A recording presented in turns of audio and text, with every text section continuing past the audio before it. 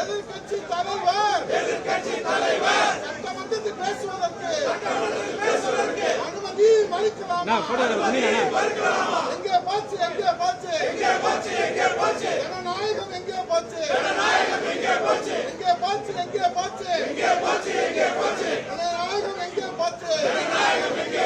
செத்து போச்சு.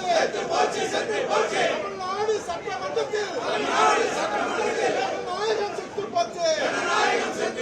தமிழ்நாடு சட்டமன்றத்தில் ஜனநாயகம் செத்து போச்சு. எதிர்க்கட்சி தலைவர் மக்களின் பிரச்சனைகளை சட்டமன்றத்தில் பேசுவதற்கு அனுமதி மறுக்கலாமா?